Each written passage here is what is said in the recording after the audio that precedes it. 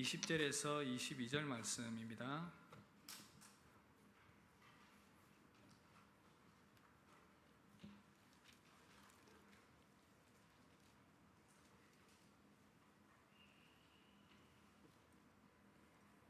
에베소서 2장 20절에서 22절 말씀 교독하겠습니다. 너희는 사도들과 선지자들의 터 위에 세우심을 입은 자라. 그리스도 예수께서 친히 모퉁이 돌이 되셨느니라. 그 안에서 건물마다 서로 연결하여 주 안에서 성전이 되어가고, 함께 봅시다. 너희도 성령 안에서 하나님이 거하실 처소가 되기 위하여 그리스도 예수 안에서 함께 지어져 가느니라.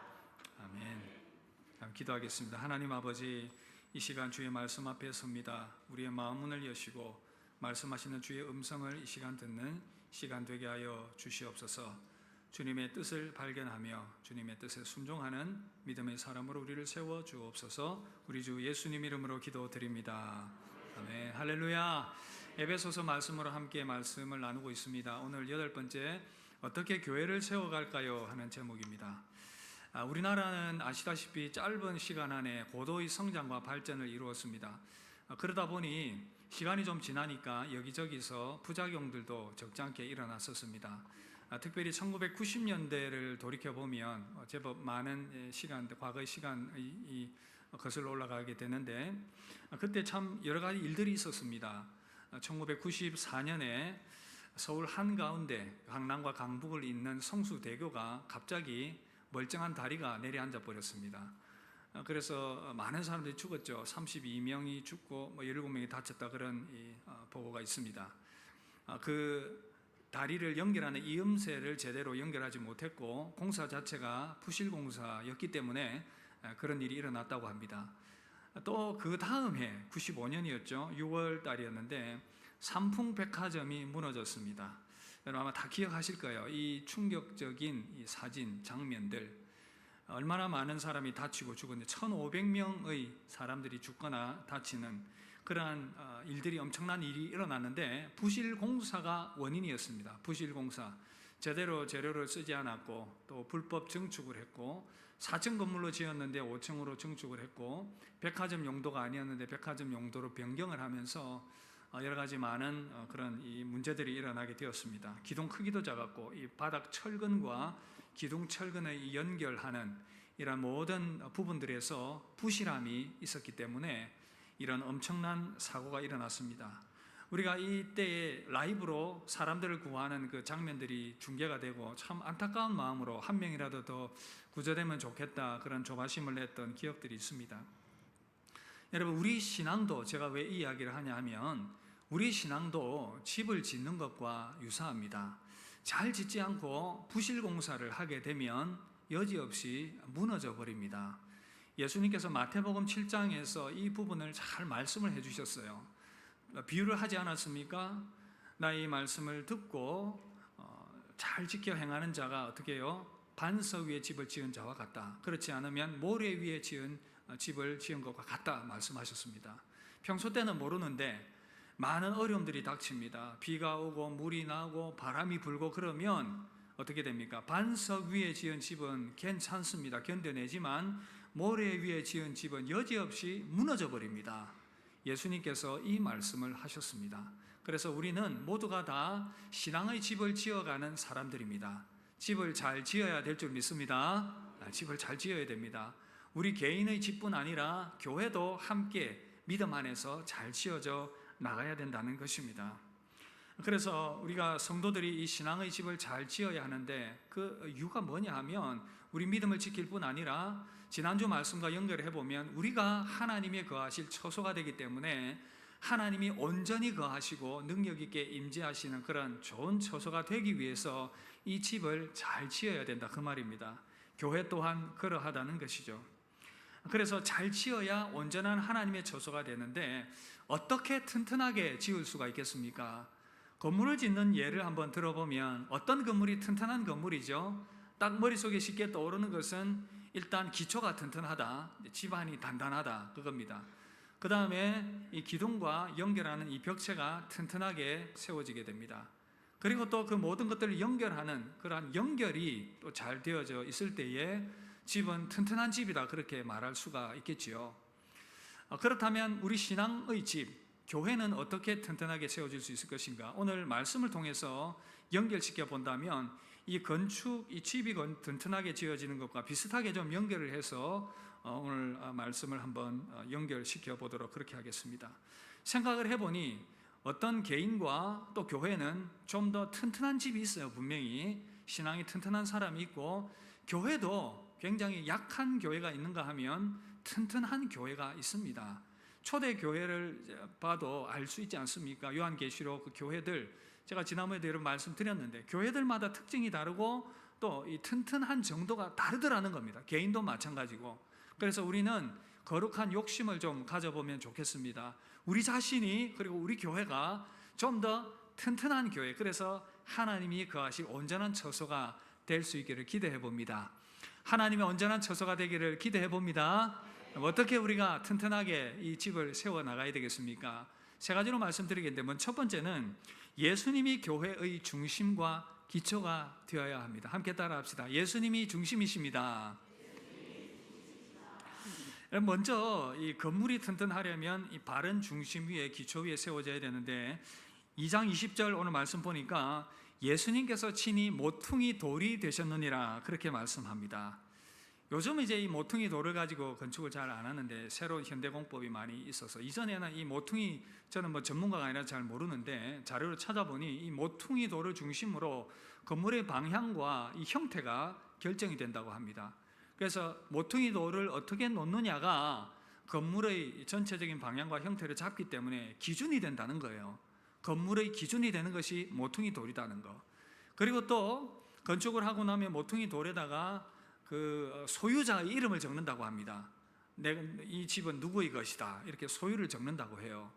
그렇다면 예수님께서 모퉁이 돌이 되셨다라고 하면 어떤 의미를 가집니까? 예수님이 교회에 뭐가 되신다고요? 기준점이 되시고, 또 교회에 뭐가 되신다고요? 소유가 되신다, 그 말입니다. 그래서 예수님께서 모퉁이 돌이 되셨다, 그런 의미인데, 그럴 때에 교회가 어떻게 된다고요? 여러분 개인이 어떻게 된다고요? 든든하게, 튼튼하게 세워지게 된다는 것입니다.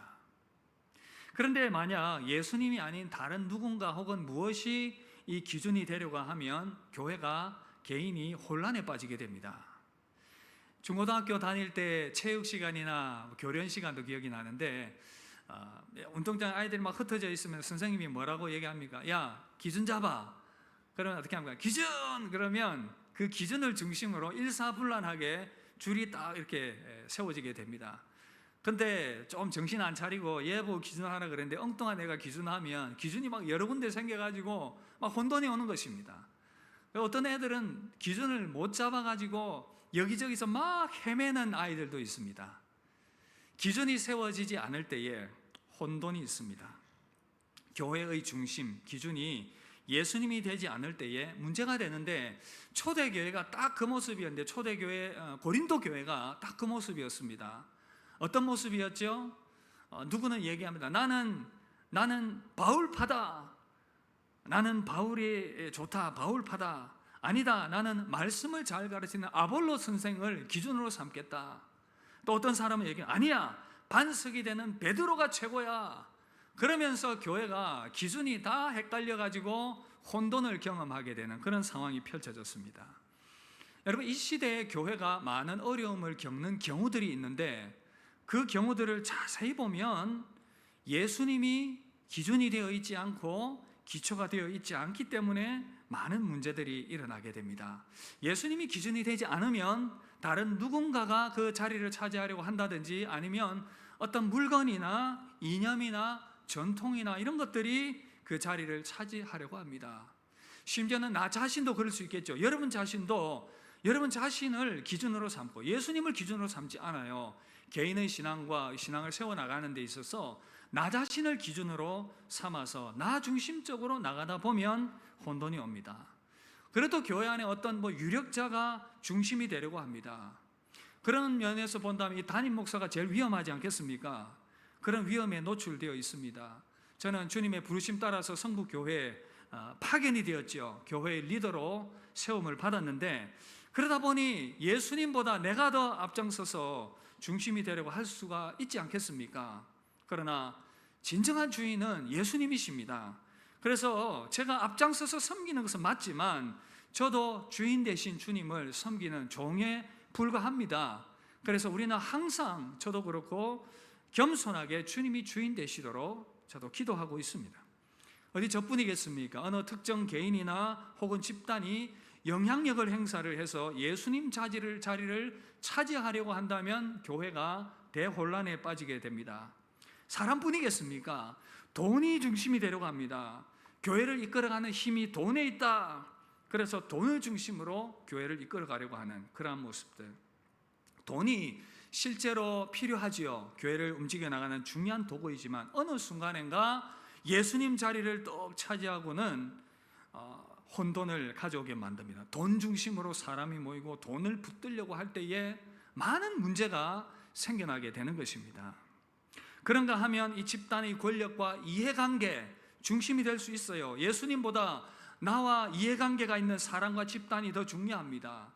예수님보다는 그 집단의 권력과 이해관계, 예를 들면 출신 지역이라든지 교회 연수라든지 직분이라든지 어떤 기득권이라든지 이런 것들을 가지고 교회의 중심을 잡으려고 한다면 대혼란에 빠지게 됩니다. 어떤 경우에는 교회의 전통이 중심을 잡으려고 할 수가 있습니다. 예수님보다 그동안 지켜왔던 전통이 더 중요하다. 그렇게 되면 또 혼란이 찾아오게 됩니다. 그런가 하면 잘못된 교리와 가르침이 예수님의 자리를 차지하게 되면 교회는 완전히 분해되어 버립니다. 이단이 들어와 가지고 잘못된 가르침들을 퍼뜨리고 현혹이 되어 버리면 교회가 대혼란에 빠지게 됩니다. 그래서 교회가 건강하게 되려면 예수님 중심 되어야 될 줄 믿습니다.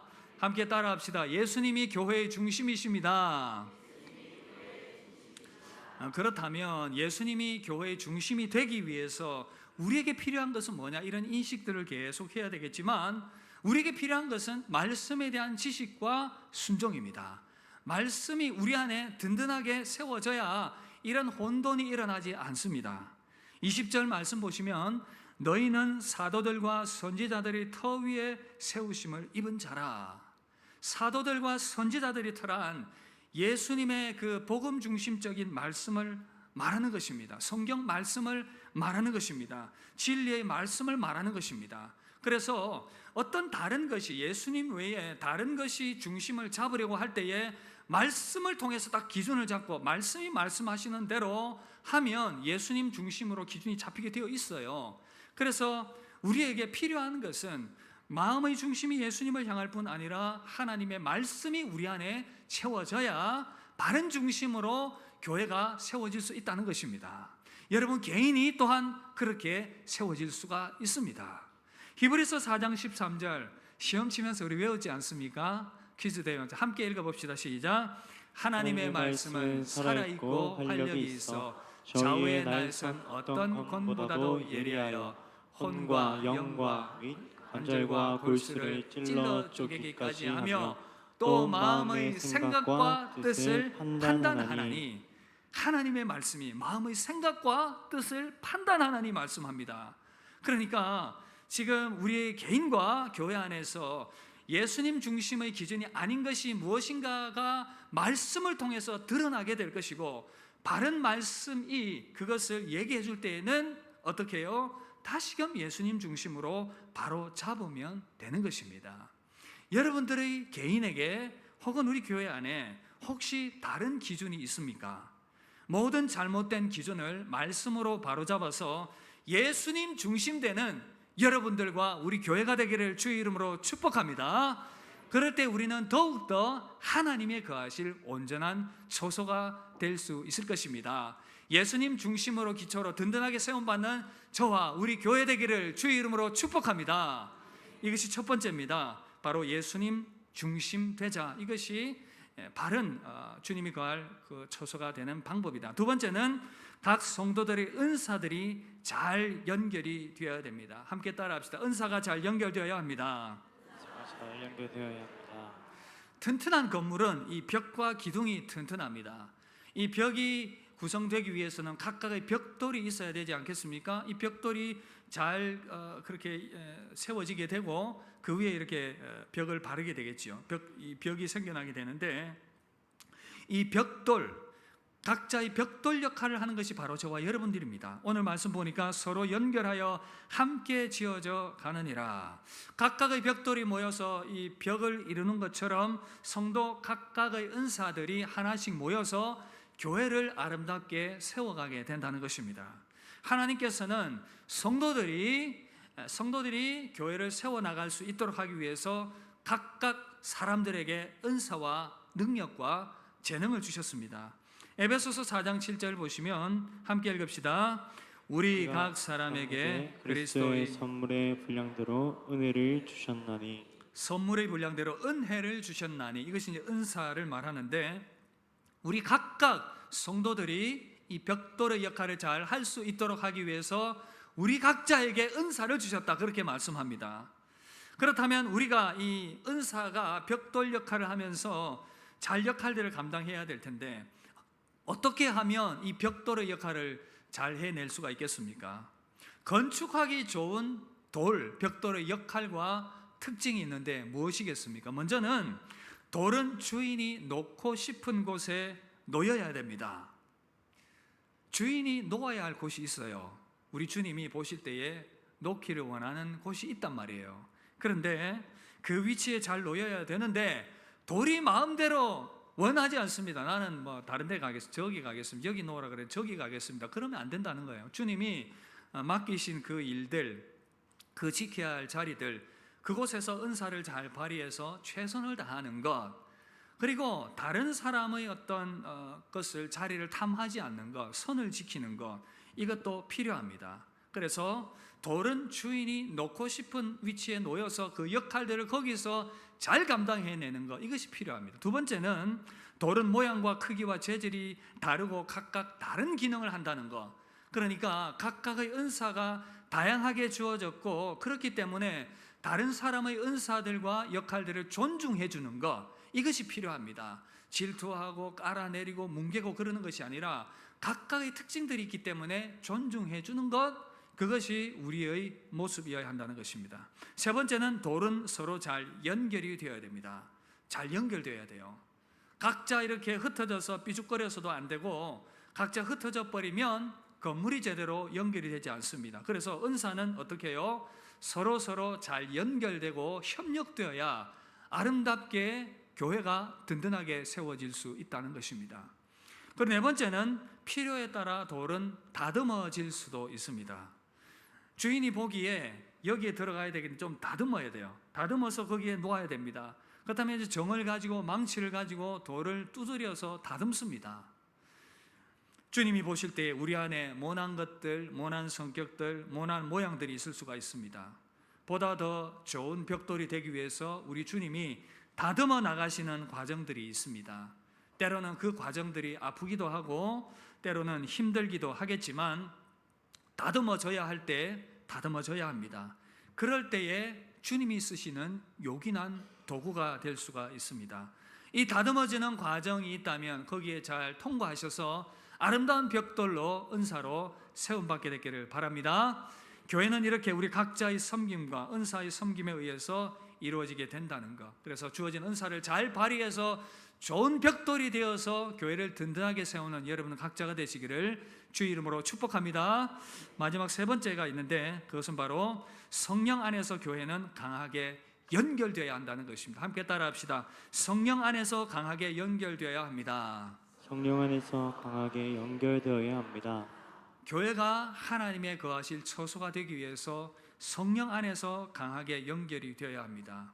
튼튼한 건물이 되려면 이 건물과 이 벽돌과 건물 전체를 연결해주는 건축 재료가 필요합니다. 건축 공법에 따라 다르겠지만 요즘은 콘크리트를 가지고 이렇게 연결하는 그 벽들을 바르지 않습니까? 흙집의 경우에는 흙과 이 집을 엮어서 그것을 바르는, 벽을 바르는, 그럴 때에 건물이 견고하게 세워질 수 있게 됩니다. 만약에 이 콘크리트가 부실하게 되면 어떻게 됩니까? 건물이, 벽이 떨어져 나갑니다. 건물 자체가 굉장히 응집력이 약해지기 때문에 많은 문제가 생겨나게 되는 것입니다. 교회를 연결시키는 콘크리트 역할을 하시는 분이 바로 성령님이십니다.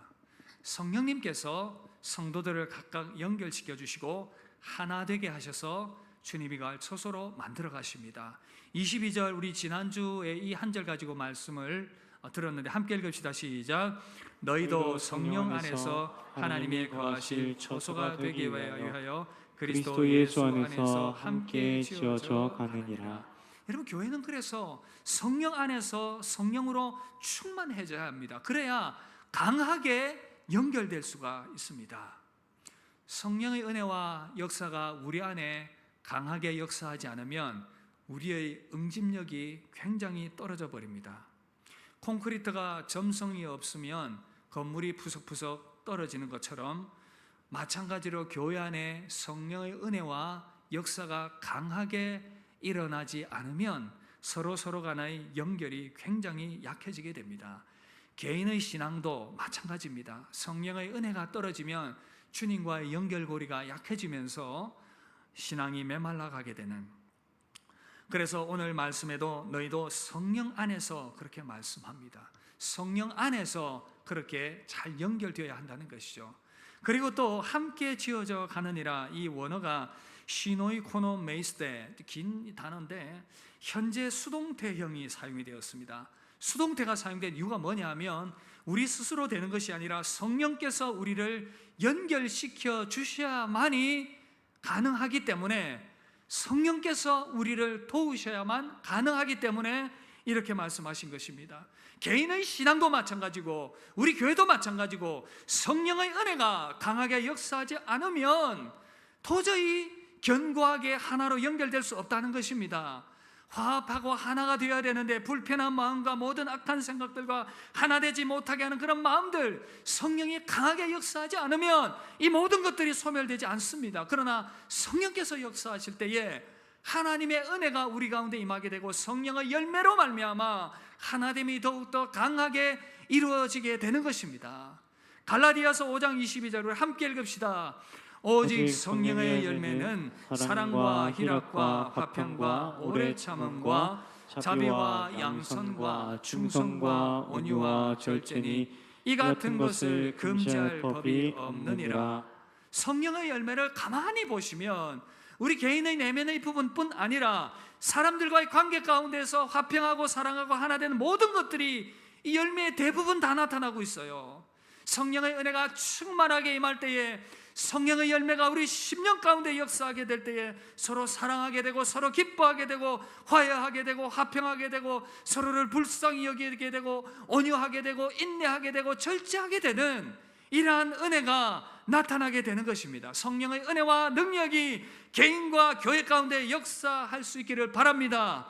각자 흩어져 있는 마음이 그래서 하나로 모이게 되고 은사들이 모이게 되고 응집력이 생겨나게 되어서 저와 여러분들은 하나님이 거하실 더 강한 처소로 세움받게 될 것입니다. 그런 은혜가 여러분들에게, 저와 여러분들에게 나타나게 되길 주의 이름으로 축복합니다.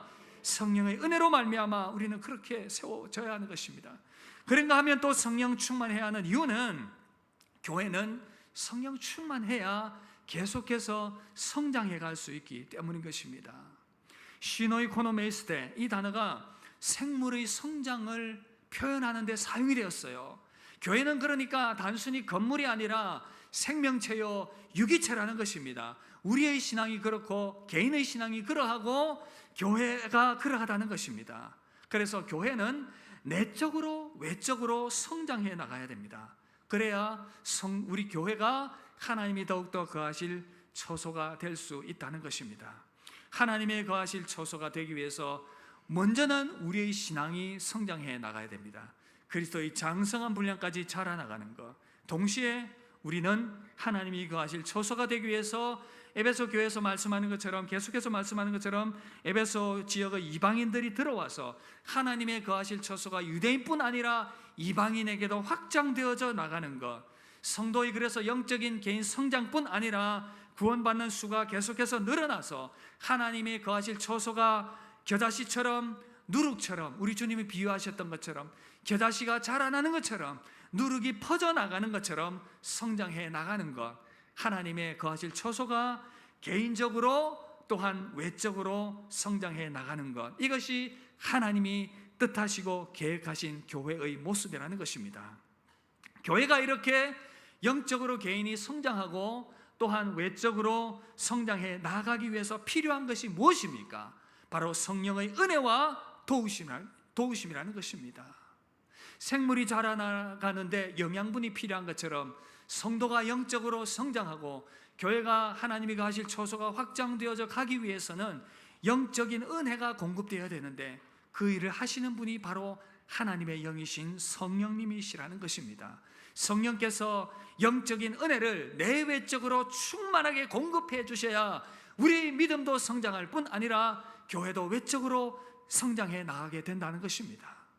그러면 성령의 은혜가 어떻게 공급될까요? 성령의 은혜는 어떻게 공급될 수 있습니까? 다 함께 따라합시다. 예수님께 꼭 붙어 있읍시다. 예수님께 꼭 붙어 있읍시다. 다른 답이 없어요. 예수님께 꼭 붙어 있어야 됩니다.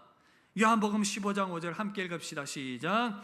나는 포도나무요 너희는 가지라. 그가 내 안에 내가 그 안에 거하면 사람이 열매를 많이 맺나니 나를 떠나서는 너희가 아무것도 할 수 없음이라. 여러분 이 말씀 보십시오. 너희가 나를 떠나서는 아무것도 할 수 없다. 너무 극단적이지 않습니까? 그러나 이것이 진리입니다. 성령 충만이 예수 충만입니다. 예수 충만이 성령 충만입니다. 이유는 성령님은 예수님의 영이시기 때문이에요. 예수님을 가까이 하고자 하면 하나님의 영이 우리를 더욱더 은혜의 자리 가운데 이끌어 주십니다. 성령께 우리 주님께 가까이 나아가기를 소망할 때에 하나님의 영이 우리를 더욱더 은혜 가운데 세워 가시는 것입니다. 우리 내적으로뿐 아니라 교회적으로도 주님께 더 가까이 나아가고자 할 때에 더욱더 성령의 은혜가 우리 가운데 견고하게 세워질 수 있을 것입니다. 사랑하는 성도 여러분, 그래서 예수님 더 많이 사랑하시길 바랍니다. 더 가까이 하기를 열망하시길 바랍니다. 더 많이 기도하시고 더 많이 말씀을 사모하면서 더 많이 주님 내가 가까이 나아가기를 원합니다 소원할 때에 하나님의 영의 역사가 우리 안에 충만하게 임하게 될 줄 믿습니다. 더욱더 아름다운 하나님의 처소로 세움받게 될 줄 믿습니다. 우리 각 개인과 교회가 주님의 거하실 온전한 처소가 된다는 것, 참 우리 힘으로는 역부족입니다. 우리 힘으로 어렵습니다. 그래서 뭐라고요? 성령님의 은혜가 그래서 더욱더 필요하다는 것입니다. 스가랴에 보면 스룹바벨이 포로에서 돌아왔습니다. 포로 생활에서 돌아왔는데 이제 무너진 성전을 다시금 일으켜 세워야 합니다. 성전을 세우려고 하니까 어찌 그리 내적인 외적인 방해가 많습니까? 외적으로 방해를 합니다. 사람들이 와서 너희들이 그 성전을 지으려고 하느냐, 너희들이 지으려고 하는 그 성전 여우가 올라가도 무너지겠다, 뭐 하여튼 이상한 소리들을 막 다 하고 방해들을 해댑니다. 어렵습니다. 힘듭니다. 그때에 스룹바벨에게 하나님의 음성이 들립니다. 스가랴 4장 6절 우리 함께 읽읍시다. 그가 내게 대답하여 이르되 여호와께서 스룹바벨에게 하신 말씀이 이러하니라. 만군의 여호와께서 말씀하시되 이는 힘으로도 되지 아니하며 능력으로 되지 아니하고 오직 나의 영으로 되느니라. 할렐루야. 우리는 하나님의 성전, 영적인 성전을 지으라고 부름을 받았습니다. 저와 여러분들이 교회를 세워나가는 것 사람 보기에는 불가능해 보입니다. 힘들어 보입니다. 그러나 힘으로도 되지 아니하고 능으로도 되지 아니하지만 어떻게 가능하다고요? 나의 영으로 되느니라. 하나님의 영으로 놀라운 은혜의 역사가 우리 가운데 세워지게 될 줄 믿습니다. 하나님의 거하실 온전한 처소가 성령의 은혜와 도우심으로 가능하게 될 줄 믿습니다. 겸손히 그 성령의 은혜를 사모하며 주님께 더 가까이 나아가서 더욱더 하나님의 거하실 개인적인 처소가 되시고 우리 교회가 될 수 있기를 주 이름으로 축복합니다. 한 이야기로 말씀 마무리하려고 합니다. 미국 캘리포니아 북서쪽 태평양 연안에 레드우드 국립공원이 있어요. 이 공원은 굉장히 높은 그 레드우드 나무로 유명한데 나무의 높이가 심지어 100m 이상 되는 것도 있다고 합니다. 말 그대로 레드우드, 붉은 나무입니다. 이 나무의 뿌리를 보면서 그런데 사람들은 감탄을 금하지 못합니다. 저 100m가 되는 나무를 지탱하려면 뿌리가 얼마나 깊어야 될 것 같아요, 그죠? 근데 놀라운 것은 이 뿌리의 깊이가 약 2, 3m 정도밖에 되지 않는다고 합니다. 놀랍지 않습니까? 그런데 2, 3m밖에 되지 않는 저 뿌리들이 서로 나무가 나무를 서로 연결해서 지탱하고 있어요. 저 집안이 돌이기 때문에 뿌리가 깊이 내릴 수 없는 환경이기 때문에 이 나무가 택한 방법은 옆으로 뿌리가 퍼져 나가는 것이었습니다. 이렇게 서로가 서로를 나무들이 옆으로 뿌리끼리 연결되면서 저 높은 나무들이 저렇게 버티면서 견고하게 세워져 있다는 것입니다. 저는 그런 생각을 해봅니다. 우리 각자는 스스로의 힘으로 세워갈 수 있는 것이 한계가 있어요. 그래서 우리는 서로를 연결해 줘야 되고 서로를 세워줄 수 있어야 됩니다. 이 모든 일들을 이루어가는 것이 또 우리 힘으로 부족하기 때문에 성령의 은혜와 도우심이 필요한 것입니다. 서로가 더 단단하게 연결될 때에 주님의 교회가 더 든든하게 세워질 줄 믿습니다. 그래서 하나님의 아름다운 처소가 될 수 있기를 기대합니다. 오늘 3가지 말씀드렸습니다. 각 개인과 교회가 다시 한 번 더 예수님을 기준 삼을 수 있기를 바랍니다. 예수님을 기준 삼을 수 있기를 바랍니다. 여러분의 개인의 삶 가운데 혹 교회 안에 주님 외에 다른 것으로 자꾸 기준 삼으려고 하는 것이 있다면 우리가 말씀을 통해서 교정되어져야 합니다. 2번째는 우리 은사가 함께 협력되어져야 한다는 것. 그리고 3번째는 성령의 강한 역사로 하나로 연결될 때에 우리는 더욱더 견고한 신앙 공동체, 하나님의 거하실 온전한 처소가 될 수 있다고 말씀드렸습니다.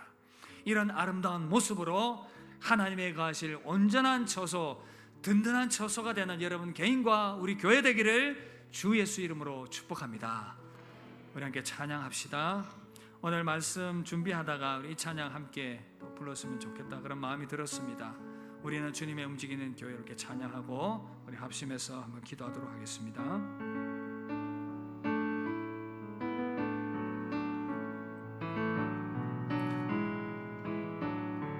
우리는 주의 움직이는 교회, 이곳은 주님을 위한 자리. 내가 기도하는 모든 땅 위에서 하나님 예배 받을 그날을 고대하네. 나의 노래로 주님의 성전을 지으리. 높임을 받으소서. 이스라엘의 찬송 중 거하신 주님은 거룩하십니다. 두 손 들어 주님의 보좌를 만들고 온 맘 다해 경배하리.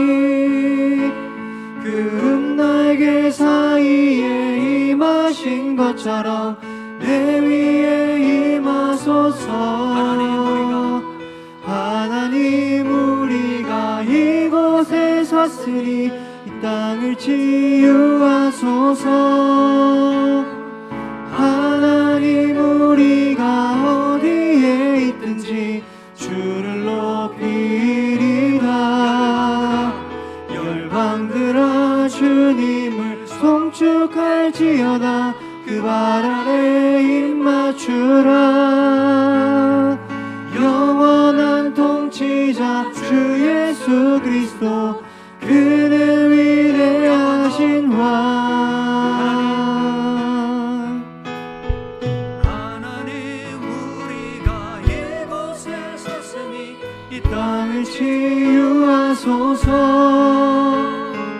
하나님 우리가 어디에 있든지 주를 높이리라. 열방들아 주님을 송축할지어다. 그 발 아래 입맞추라. 영원한 통치자 자 주 예수 그리스도 그는 위대하신 왕. 우리 자 합심하여 한번 기도하며 나아갑시다. 우리 받은 말씀 생각하며 기도할 때에 하나님, 주님이 중심이 되는 나 자신 그리고 교회가 되게 해 주시옵소서. 나 자신의 주신 은사를 잘 발휘해서 정말 요긴한 벽돌로 쓰임받는 나가 되게 해 주옵소서. 성령 안에서 강하게 연결되게 하시고 내 안에 성령의 강하신 은혜와 능력으로 나를 붙들어 주시고 강건케 하여 주옵소서. 그리하여 나 자신과 우리 교회가 더욱더 하나님이 가하실 온전한 처소로 세워지게 하여 주시옵소서. 우리 합심하여 한번 기도하도록 하겠습니다. 기도하겠습니다.